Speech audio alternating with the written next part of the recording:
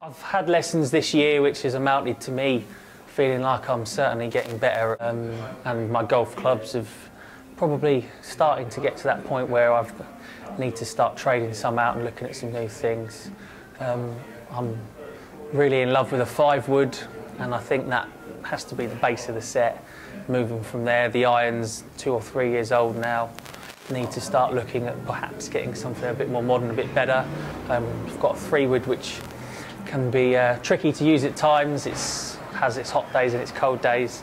A new putter in the bag from January means that I'm playing really well on the greens. Consistency was one of the main things that he was looking to improve on, and also an understanding about his equipment.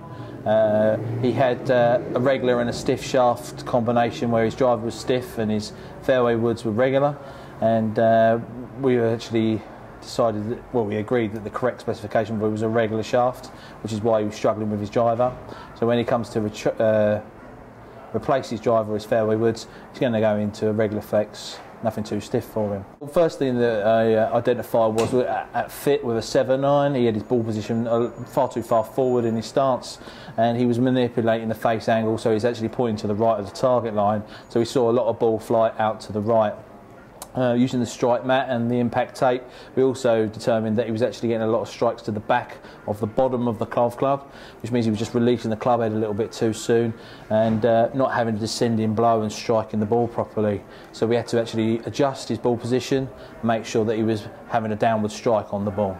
Yeah, I asked him what ball he's using at the moment, and he was basically using some very low-end distance balls or very premium balls, and neither of which actually suited his game. So we made a couple of recommendations. We thought the Wilson DX-Soft 2 was a good option on budget, and also being a premium distance ball that's soft around the greens, or the new AD33 Tour ball, which does exactly that. It feels and plays like a performance ball, but you don't retain the sort of Tour Pro clubhead speed.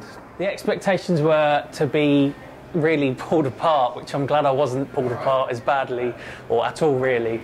I was worried that I was going to be told, right, well, you're a hopeless case and good luck getting any lower on your handicap, but that didn't happen.